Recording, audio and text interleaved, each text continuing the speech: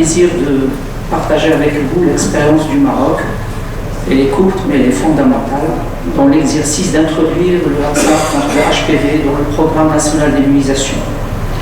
En fait, on est dans cet élan d'espoir, parce que c'est un vœu qui date de plusieurs années, introduire ce vaccin dans le calendrier, et maintenant c'est du réel, c'est concrétisé, et c'est un élément fondamental dans le cadre de la mise en œuvre de la stratégie marocaine nationale de lutte contre les cancers de manière générale et de lutte contre le cancer du col de manière particulière. Alors je vais me répéter quelques chiffres, mais ça va être très vite, des chiffres qui ont été initialement présentés par notre cher professeur concernant le contexte. D'abord, on est devant une population marocaine, une population certes une population globalement jeune, mais il y a au Maroc plus de 13 millions de filles, voire 14 millions de femmes âgées de 15 ans et plus et qui risquent de développer un cancer du col de l'utérus. C'est important comme information à avoir. En termes de données, malheureusement, on enregistre environ 3000 cas par an du cancer du col, et cela induit malheureusement plus de 2000 décès par an. Et comme ça a été bien dit tout à l'heure, lorsqu'on parle de décès, ce sont des drames à tous les niveaux. Le cancer du col, c'est le troisième cancer chez la femme. Bien sûr, c'est le deuxième cancer génital après le cancer du col de l'utérus, qui représente 8,1% de l'ensemble des cancers féminins, mais avec une incidence qui est aux alentours de 9,5 nouveaux cas pour 100 000 femmes. Et ce chiffre est très important, parce que notre objectif, c'est de le réduire de plus de la moitié, donc on a l'espérance d'atteindre l'objectif mondial d'élimination du cancer du col comme un problème de santé publique. Concernant l'infection par le virus HPV, il y a plusieurs études qui ont été réalisées, mais on a du mal à donner une idée globale sur la prévalence de l'infection du virus HPV chez la population marocaine. Et cela est dû en grande partie du fait que les études qui ont été réalisées, ce sont des études généralement très limitées en termes de nombre et d'effectifs. Parfois, ils représentent des groupes d'âge différents, des situations immunitaires qui est différente, et ce que représente vraiment une difficulté à avoir sous l'œil un chiffre très précis sur l'infection HPV. Alors juste des données pour dire que, en l'absence d'intervention outre que ce qui se fait actuellement en période de dépistage, on risquerait malheureusement d'avoir à l'horizon de 2030 plus de nombre de cas de décès. On va atteindre malheureusement les 5000 décès par an. Je rappelle l'objectif national qui s'inscrit dans le cadre de la stratégie mondiale pour accélérer l'élimination du cancer du col de l'utérus, avec un objectif que tous les pays doivent atteindre une incidence inférieure à 4 nouveaux cas par 100 000 années femmes. Cet objectif, bien sûr, elle est basé sur 3 piliers majeurs, ça a été présenté tout à l'heure. Atteindre un taux de couverture vaccinale plus de 90%, assurer un dépistage pour 70% par des tests de très haute qualité et de précision, et assurer une prise en charge adéquate pour plus de 90% des cas de femmes diagnostiquées. Chez les filles de 11 ans à l'échelle mondiale à l'horizon de 2030, en s'appuyant sur un certain nombre de domaines stratégiques qui sont les fondamentaux. D'abord, assurer l'approvisionnement en vaccin. Et lorsqu'on parle d'approvisionnement, c'est assurer le financement du vaccin, et aussi il faut trouver le vaccin, parce qu'à un certain moment, je me rappelle, en 2017 et 2018, il y a eu un problème d'approvisionnement de vaccins contre le HPV. Actuellement, les choses se sont atténuées, mais quand même, il faut être vigilant à cet exercice d'approvisionnement, d'autant plus qu'il y a plusieurs pays actuellement qui accélèrent leur plan d'introduction de ce vaccin dans notre pays, vu plusieurs choses, vu il y a un appui international, vu des gavis, etc., et le changement du calendrier vaccinal préconisé par l'OMS, qui recommande actuellement une dose et deux doses à la fois. Le deuxième domaine, c'est la formation. Elle est fondamentale pour pour introduire cette vaccination au niveau des structures de santé, la gouvernance et le partenariat, le suivi de recherche et la communication. Alors, de manière très synthétique, je vais vous présenter la stratégie vaccinale adoptée au Maroc jusqu'à date d'aujourd'hui. C'est de vacciner toutes les filles âgées de 11 ans, scolarisées et non scolarisées. La vaccination actuellement, elle est assurée dans les établissements de soins santé primaires. Comme je dis tout à l'heure, le lancement a été assuré, a été réalisé le 12 octobre de l'année dernière. Donc, hier, on était à 3 mois du lancement. Et le schéma adopté, c'est un schéma à 2 doses, et le vaccin que nous utilisons, c'est un vaccin quadrivalent. Donc, il y a eu la mise en place et la mise en œuvre d'un plan de formation et l'élaboration d'un certain nombre de supports d'information, de guides pratiques de vaccination. Il y a eu l'implication du partenaire fondamental qui est le ministère de l'Éducation nationale, avec l'élaboration d'une circulaire conjointe et la réalisation d'un certain nombre de mesures conjointes, et nous avons mis en place un système de suivi rapide journalier de l'évolution de ces données de vaccination. Certes, un acteur de la prévention tertiaire, donc, mais sinon, donc, je propose ma fille qui a maintenant 11 à aller se faire vacciner, mais je suis très ému pour la qualité de vos interventions. Merci beaucoup. Les espoirs, tout sera bienvenu, s'il vous plaît. Pendant un moment de débat, c'est un sujet extrêmement important. Allez, dis-moi. Merci à tous les orateurs, parce que c'était des mises au point concernant un petit peu l'état des lieux de ce qui se passe concernant les cancers du col et surtout ce qui est, je dirais, encourageant, et je félicite le ministère de la Santé d'avoir pris cette lancée et d'avoir instauré. Un petit peu en arrière sur l'introduction, ça va vous donner une idée globale de ce que nous faisons actuellement. C'est que l'introduction de la vaccination anti-HPV, si j'ose dire, a été planifiée à la veille de l'apparition du premier cas Covid au Maroc. Et on a tout arrêté de manière brusque, alors même on avait les fonds avant la pandémie de la Covid, mais on a reporté ça après que les choses s'améliorent sur le plan épidémiologique. Mais la vaccination des enfants contre la Covid nous a appris, comme vous avez dit, beaucoup de choses. Et comme vous voyez, on ne parle pas de vaccination anti-HPV actuellement dans les grands médias. Nous avons opté pour notre stratégie, c'est la communication de proximité de manière douce et sereine. On utilise l'école pour faire des cours. On a développé درس نموذجي للأستاذ باللغة العربية en arabe. هذا الدرس هذا تيديروا الأستاذ للتلاميذ ولجمعية الآباء. Et شوية بشوية, doucement, il y a de la conviction sur ça, sur l'intérêt de la vaccination. Deuxième volet, deuxième pilier que nous utilisons, ce sont le contact des professionnels de santé avec la population lors de la vaccination. Lorsqu'on est malade, lorsqu'on présente de son santé, on parle vaccin anti-HPV de manière, si j'ose dire, intime entre professionnels de santé et parents, en véhiculant un message rassurant. Ça fait 3 mois que nous avons commencé. Le chiffre que nous avons jusqu'à aujourd'hui sont très rassurants. C'est-à-dire que la logique, c'est introduire un vaccin dans le calendrier national de vaccination. C'est-à-dire qu'on pourra avoir une visibilité globale qu'après une année de couverture.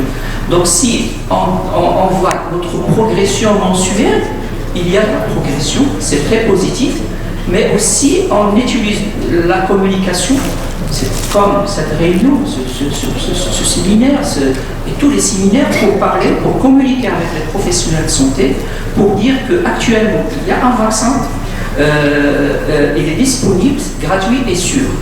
On va augmenter l'adhésion, c'est avec le temps. D'ailleurs, je vais vous donner un exemple. J'ai participé dans les focus group de cette enquête-là, donc comme observateur, parce que, comme vous savez, je n'ai pas le droit d'intervenir, c'est juste j'écoute. Les mamans posent là une seule condition.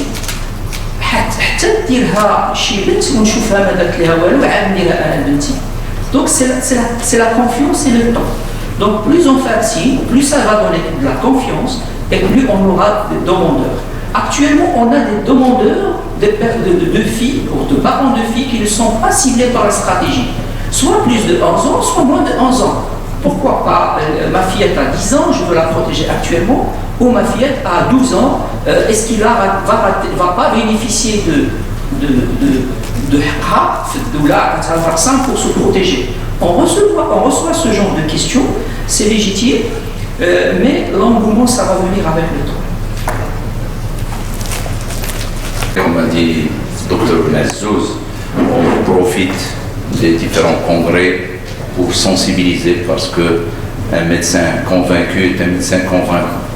Donc, ceci dit, je crois que nous avons un problème de communication qu'il va falloir régler sans fuite. Et ce problème de communication, par exemple, tout ce qui est mis et tout le matériel du ministère, au niveau, nous, par exemple, des pédiatres privés, on l'a. Donc, ce manque de communication, et puis, si quelqu'un veut se faire vacciner, puisque le vaccin il est là, et on sait là aussi, on attend que Khalid Hello, Dr Khalid Hello, c'est-à-dire l'ANAM, parce qu'il faut qu'il y ait un effort de la part des laboratoires, un effort de la part de l'État et de l'ANAM, parce qu'un vaccin qui rentre dans le programme national de vaccination, il devrait être remboursé. Donc, le remboursement ça doit être automatique et on n'a pas passé 15 commissions et je ne sais quoi. C'est-à-dire restera juste la discussion entre le laboratoire et l'ANAM pour le prix. Mais le reste, ça doit couler de source et à ce moment-là, on n'aura pas les questions des filles de 12 ans parce qu'elles peuvent se faire vacciner chez leur médecin traitant. Je crois que maintenant, avec l'avènement de l'assurance maladie universelle, je crois qu'on ne peut plus parler d'eux. Les secteurs sont là, mais normalement, ça va devenir intercommunicant avec des ponts entre le public, entre le CHU, entre le privé, entre le militaire. C'est comme ça, parce que nous sommes tous au service de la santé du citoyen. Et donc, il faut, ça doit, et on la fera comme recommandation, ici, en dehors du fait qu'il soit responsable de la vaccination au niveau de la direction de la population au ministère de la Santé, il est aussi secrétaire général de la Société marocaine des sciences médicales. Donc, on la prendra comme recommandation d'améliorer la communication et puis aussi de demander le remboursement de ce vaccin qui est intégré dans le programme national d'immunisation. Merci Monsieur le Président. Alors moi j'ai une petite question pour le professeur Benitez et après j'ai الجمعية المغربية للعلوم الطبية. الجمعية المغربية للعلوم الطبية تعقد المؤتمر 38 ديالها تحت الرعاية السامية ديال صاحب الجلالة نصره الله وأيده، وهذا شرف كبير. وحنا تنعرفوا الرعاية ديال صاحب الجلالة والأهمية التي يوليها لكل الأطر الصحية في إطار هذا المشروع الملكي ديال التغطية الصحية الشاملة. وكذلك غادي يعرف الملتقى الثاني الطبي المغربي الليبي وكذلك تنعرفوا المتانة ديال العلاقات ما بين بلادنا المملكة المغربية وما بين الدولة الليبية، وهذه العلاقات اللي هي في عدة